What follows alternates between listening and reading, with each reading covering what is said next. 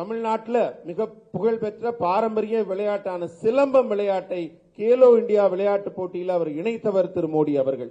मोदी जी ने ही सेंट्रल शास्त्रीय तमिल संस्थान CICT 25 करोड़ की लागत से इसकी शुरुआत नरेंद्र मोदी जी ने ही की.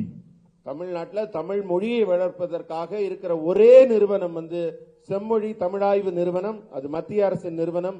24 கோடி ரூபாய் முதலீட்டில் அதை உருவாக்கியவர் திரு நரேந்திர மோடி அவர். हमारी सरकार ने ही ह्यूस्टन यूनिवर्सिटी में तमिल पीठ की शुरुआत की.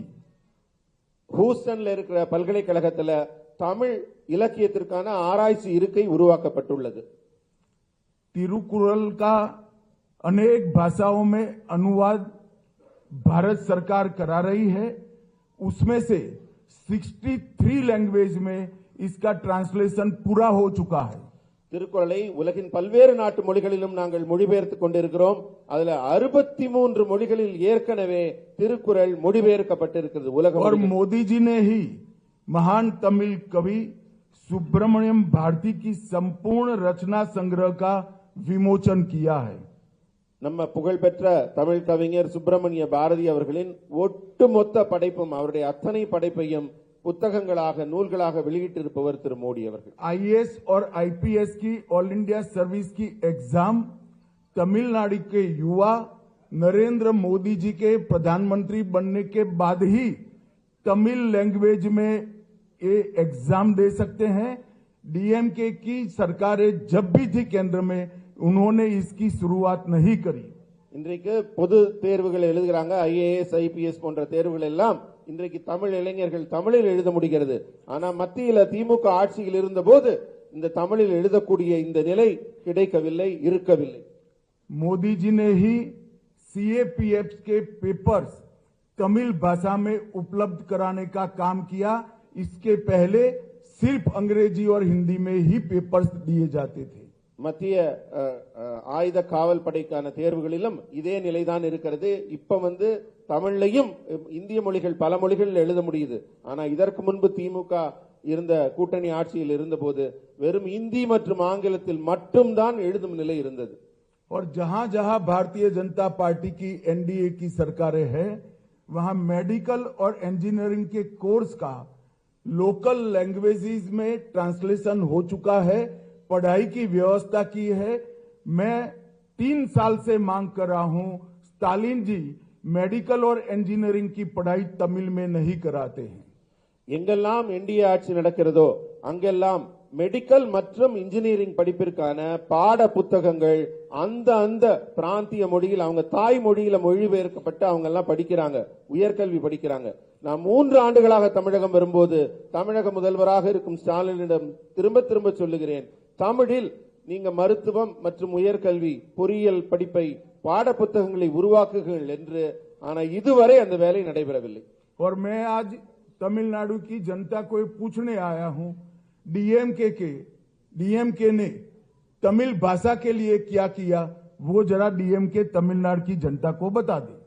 நான் கேட்கிறேன், திமுக இதுவரை தமிழ் தமிழ் என்று சொல்கிறார்களே, தமிழ் மொழியின் வளர்ச்சிக்காக என்ன செய்திருக்கிறார்கள் என்பதை தமிழக மக்களிடம் பட்டியலிட முடியுமா? हो गए आपका सवाल. Sit down. பாஜகவினுடைய மாநில தலைவர் மாற்றப்பட்ட பிறகுதான் அதிமுக தேசிய ஜனநாயக கூட்டணி இணைந்திருக்கா? ஏன்னா 2023 வெளியேறும் பொழுது மாநில தலைவருடைய குற்றச்சாட்டை முன் வச்சுதான் வெளியே போயிருந்தாங்க. இத பாஜக தலைமை எப்படி பாக்குது? ADMK ने अभी तक अलायंस में शामिल नहीं हुआ क्योंकि वो स्टेट प्रेसिडेंट को बदलाव होने के बाद ही आने के लिए ये जरा भी सच बात नहीं. आज भी अन्नामलाई स्टेट प्रेसिडेंट. அதாவது இது கொஞ்சம் கூட உண்மை இல்லை. ஏன்னா இன்றும் திரு அண்ணாமலை அவர்கள்தான் இங்கே மாநில தலைவராக உங்கள் முன் அமர்ந்திருக்கிறார். That is why he is sitting with me. அதனாலதான் அவர் என் பக்கத்தில் இங்க அருகில் அமர்ந்திருக்கிறார். இதுல உண்மை இல்லை.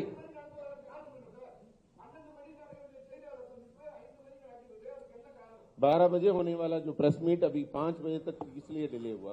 देखिए मैंने कहा ना कि देरी इसलिए हुई है कि गठबंधन को लंबा चलाना है. எதனால தாமதம் நீங்க கேட்டதுக்கு நான் ஏற்கனவே பதில் சொல்லிவிட்டேன். நீண்ட உறுதியான வலுவான கூட்டணி அமைப்பதற்காகத்தான் காலதாமதமானது. सर जिसने पूछ लिया है प्लीज हाथ ऊपर मत करिए।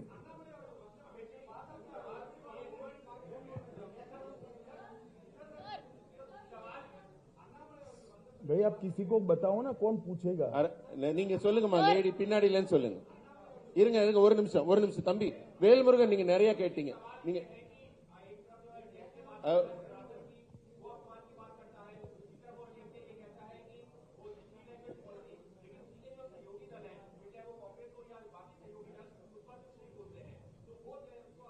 तो क्या तमिलनाडु की जनता नहीं जानती है?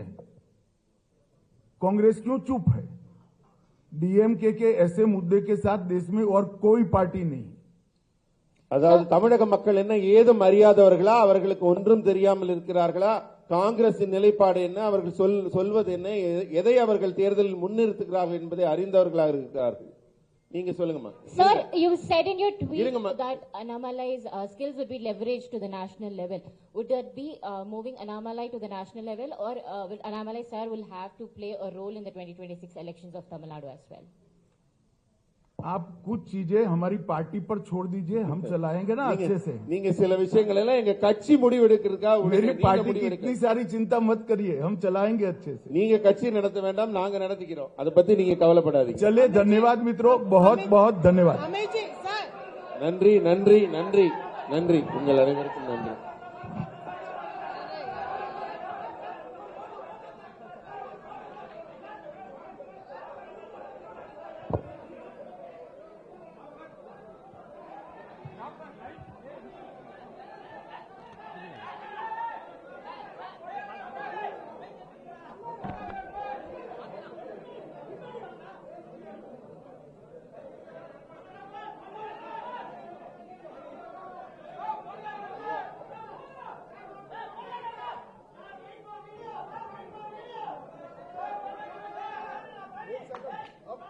நீங்க போட்டோ எடுக்கிறவங்க உட்காருங்க, பின்னாடி வீடியோ கேமராக்கு வழி விடுங்க. கொஞ்சம் அமருங்க. கொஞ்சம் போட்டோ, கொஞ்சம் உட்காருங்க.